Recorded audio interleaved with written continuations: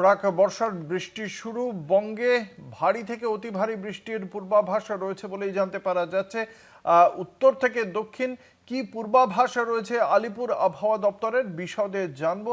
আমাদের সঙ্গে রয়েছেন আমাদের প্রতিনিধি শাশ্বতী রায়। শাশ্বতী, কি জানতে পারা যাচ্ছে আলিপুর আবহাওয়া দপ্তরের পক্ষ থেকে, কি পূর্বাভাস জারি করা হচ্ছে? তাতে করে দুই বঙ্গে বৃষ্টি প্রবল মাত্রায় বজায় থাকবে। এর অন্যতম কারণ, যেরকম একাধিক ঘূর্ণাবর্ত এবং অক্ষরেখা, তার সঙ্গে সঙ্গে প্রাক বর্ষার বৃষ্টিও বঙ্গে শুরু হতে চলেছে এবং সেই অনুযায়ী উত্তরবঙ্গে কার্যত ভারী থেকে অতি ভারী বৃষ্টির সম্ভাবনার কথা জানানো হচ্ছে এবং আগামী 14 তারিখ পর্যন্ত এই ভারী বৃষ্টির সম্ভাবনা উত্তরবঙ্গের একাধিক জেলায়। সেক্ষেত্রে আজকে আলিপুরদুয়ার এবং জলপাইগুড়ি এই দুই জেলার ক্ষেত্রে ভারী থেকে অতি ভারী বৃষ্টির পূর্বাভাস জারি করা হয়েছে এবং ভারী বৃষ্টি হতে পারে দার্জিলিং, কালিম্পং, কোচবিহারের ক্ষেত্রে।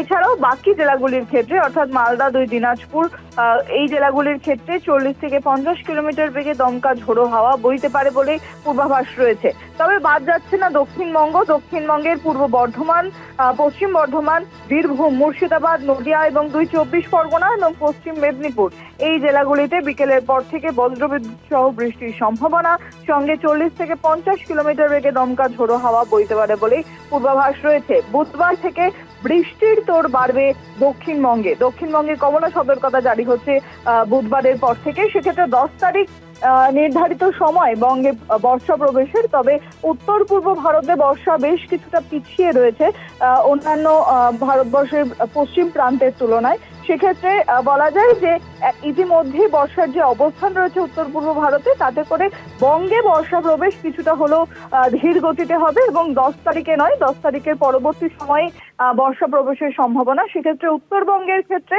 যে ভারী বৃষ্টি, সেই বৃষ্টির পেছনে আরো অন্যতম একটি কারণ এই প্রাক বর্ষা।